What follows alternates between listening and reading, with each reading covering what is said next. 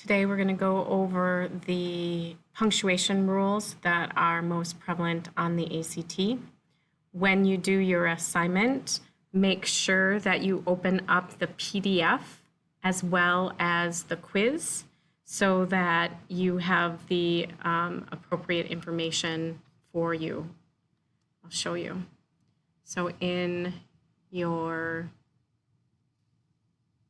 assignments, you will want to go into your week one, and then when you go to the apostrophes, you have a PDF.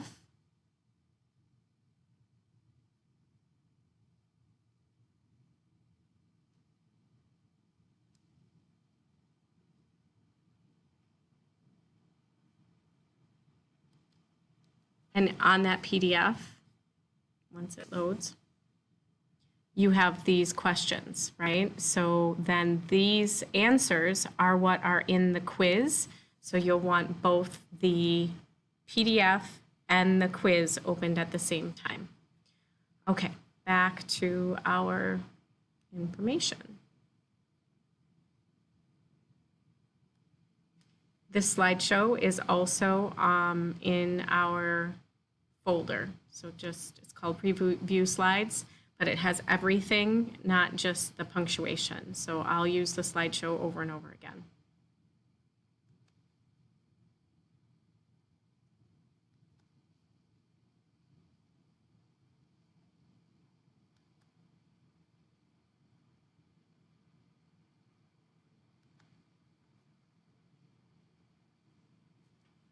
So the first thing that we are going to review is apostrophes. So I am surprised at how few of you use apostrophes correctly. So hopefully this little review will help. So you use apostrophes to show ownership, as in a cat's tail. So the cat owns the tail, therefore we add the apostrophe S. 98.8% of the time, it is an apostrophe and then an S. We use it if it's a singular noun, as in a man's collar. We use it if it's a singular noun and ends in S, as in Dickens's novels. And we use it if it's plural and doesn't end in S, as in men's department or deer's antlers.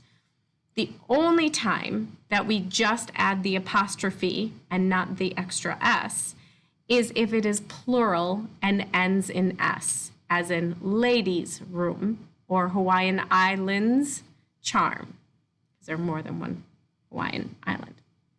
Okay, so there's only one sort of exception to this rule as well. We drop that extra S if there is what's called a sibilant S. So it just means some sort of S sound that is close to the end of the word, as in Jesus' followers, we drop the S, or Xerxes' temple.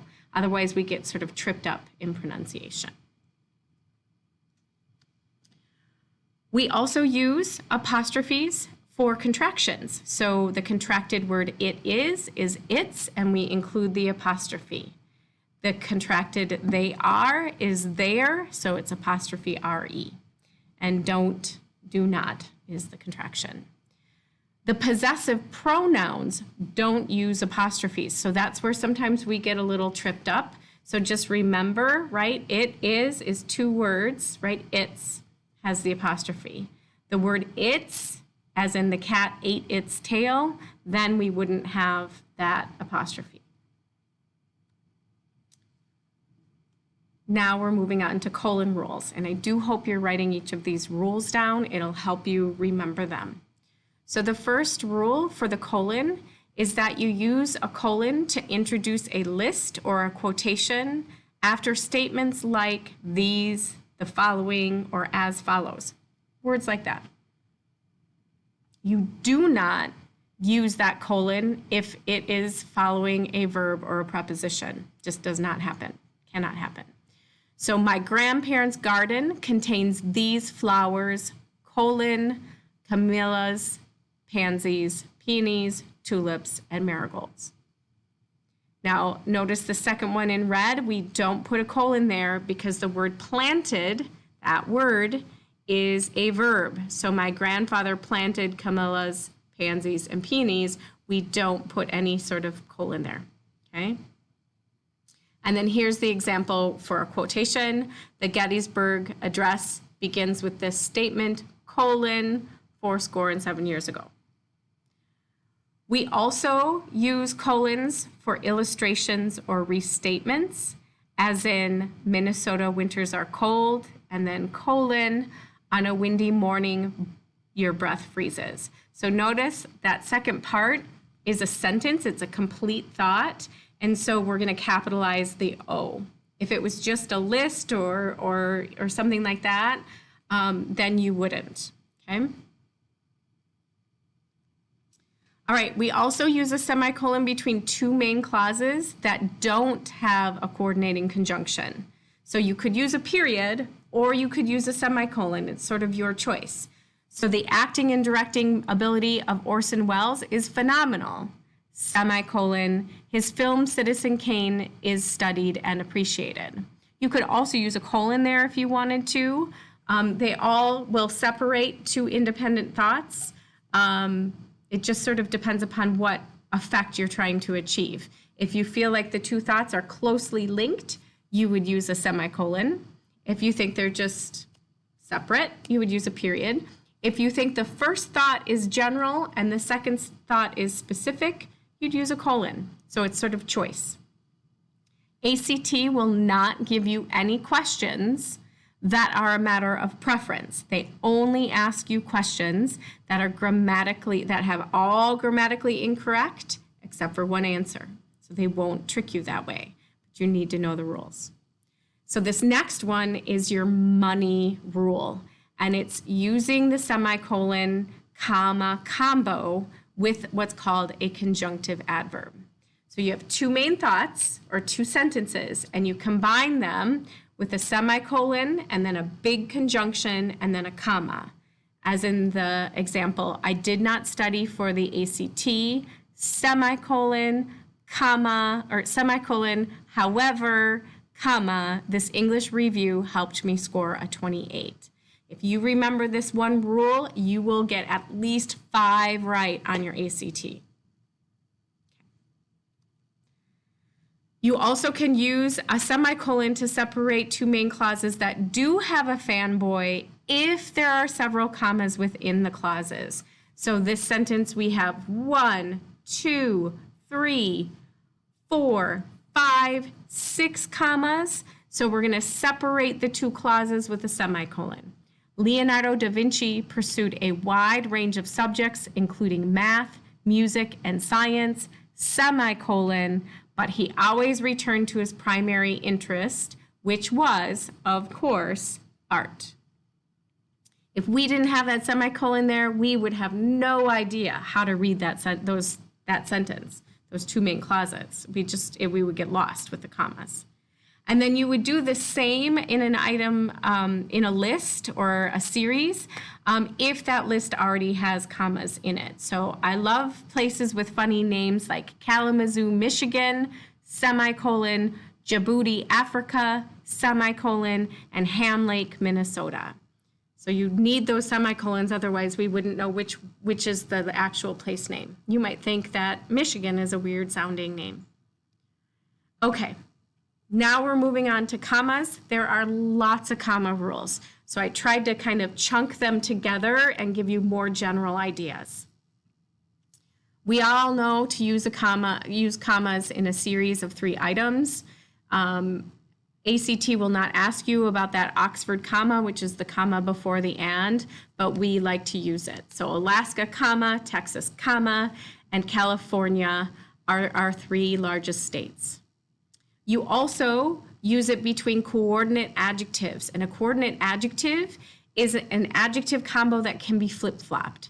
So it was a warm, starry, fragrant evening. Could also read, it was a starry, warm, fragrant evening. You can flip-flop those adjectives. We can't always flip-flop our adjectives. So for example, you would not say that you live in a brick red big house. you would never put your adjectives in that order. You always put them in the order big red brick, right? So you go size and then color and then type. That's how we order our adjectives. You don't know it, you just do it. So those are not coordinate adjectives. So only if they can be flip-flopped. You would use a comma between two main clauses joined with a fanboy. So I told Audie what he said, comma, and she advised me to forget about it. You would put it with the conjunctive adverb combo like we mentioned earlier. So we drank 2 bottles of orange juice last night, semicolon, consequently, comma, we did not have enough to make punch today.